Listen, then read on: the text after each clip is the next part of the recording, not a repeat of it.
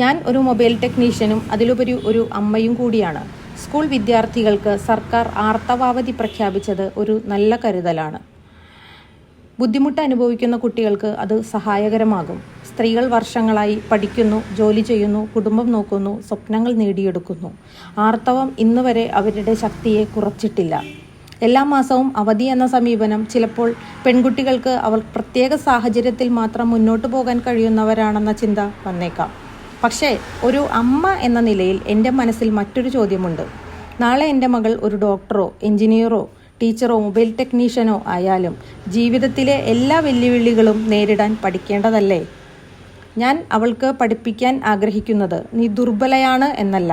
നിനക്ക് ബുദ്ധിമുട്ടുകൾ ഉണ്ടാകും, പക്ഷേ അതിനെ അതിജീവിക്കാനുള്ള ശക്തി നിനക്കുണ്ട് എന്നാണ്.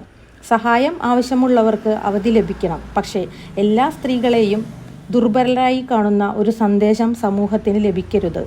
അവധി ഒരു അവകാശമായിരിക്കട്ടെ, പക്ഷേ പെൺകുട്ടികൾക്ക് നൽകേണ്ട ഏറ്റവും വലിയ സന്ദേശം നിങ്ങൾക്ക് വിശ്രമിക്കാം എന്നതോടൊപ്പം നിങ്ങൾ ശക്തരാണ് എന്നതും ആയിരിക്കണം.